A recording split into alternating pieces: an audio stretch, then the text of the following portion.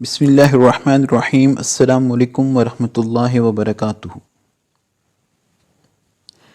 دوستو، ہماری زندگی میں کئی مواقع ایسے آتے ہیں کہ جہاں ہم پلس یا مائنس یعنی کہ مثبت یا منفی کردار ادا کرتے ہیں۔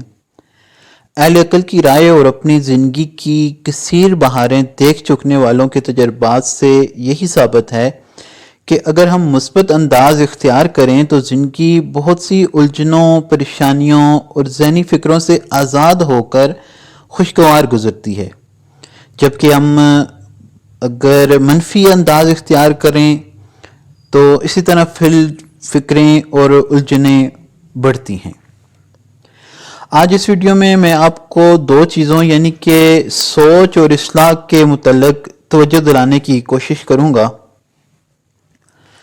سوچ میں مثبت اور منفی انداز کیا اثر کرتا ہے؟ سوچ کے دو زاویے ہوتے ہیں، ایک مثبت سوچ ہوتی ہے اور دوسری منفی۔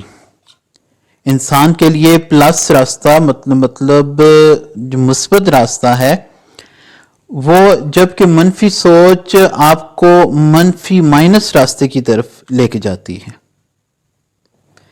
دوسروں کے بارے میں اچھا سوچنا اور ان کے ساتھ اچھا کرنا، لڑائی جھگڑے سے بچنا اور دوسروں کو بھی بچانے کی کوشش کرنا، ناراض میاں بیوی اور ٹوٹ پھوٹ کے شکار خاندانوں کو آپس میں ملانے اور جوڑنے والی باتیں کرنا، یہ سب مثبت سوچ ہی کے نتائج ہیں۔ جبکہ دوسروں کے بارے میں برا سوچنا، گھر، محلے اور ادارے وغیرہ میں لڑائی کروانا، ناراض میاں بیوی اور رشتہ داروں میں مزید پھوٹ ڈالنے والی باتیں کرنا، اچھائیوں کی بجائے برائیاں ہی بیان کرتے رہنا، یہ سب منفی سوچ ہی کے کرشمے ہیں۔ مثبت سوچ کی وجہ سے دل اور دماغ پرسکون رہتا ہے، طبیعت اچھی رہتی ہے، زندگی خوشگوار گزرتی ہے۔ اور جبکہ منفی سوچ کی وجہ سے انسان depression, tension, anxiety, sugar level کے بڑھنے، بلڈ پریشر کے بگڑنے، بے چینی، بے قراری، بے سکونی، نیند نہ آنے اور دیگر کئی طرح کی بیماریوں اور پریشانیوں کا شکار رہتا ہے۔ دوستو، یاد رکھیے، ہمارا پیارا دین اسلام ہمیں اچھا سوچنے کا داعث دیتا ہے اور برا سوچنے اور برا کرنے سے بھی روکتا ہے۔ اصلاح کرنا یعنی کسی کی غلطی کی نشاندہی کرنا، اسے اس غلطی سے بچانا۔ اس میں ایک مثبت پہلو یہ ہے کہ اولاً یہ کنفرم کر لیا جائے کہ واقعی سامنے والے نے فلاں غلطی کی بھی ہے یا نہیں۔ قرآن کریم نے بھی ہمیں یہی تعلیم دی ہے کہ جب کوئی خبر ملے تو اس کی تحقیق ضرور کر لی جائے۔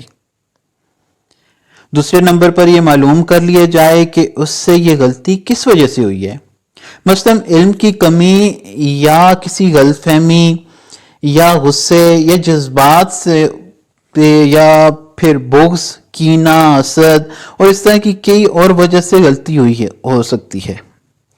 کیونکہ غلطی کی وجہ معلوم ہو جانے کے بعد سامنے والے کی اصلاح آسان اور زیادہ بہتر طریقے سے ہو سکتی ہے۔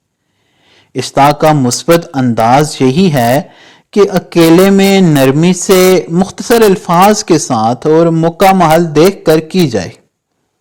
نیز اصلاح کرنے والے کا انداز بھی ایسا ہو جس سے سامنے والے کو یہ ریلائز ہو، یہ احساس ہو سکے کہ یہ ہمارے خیر خواہ ہیں۔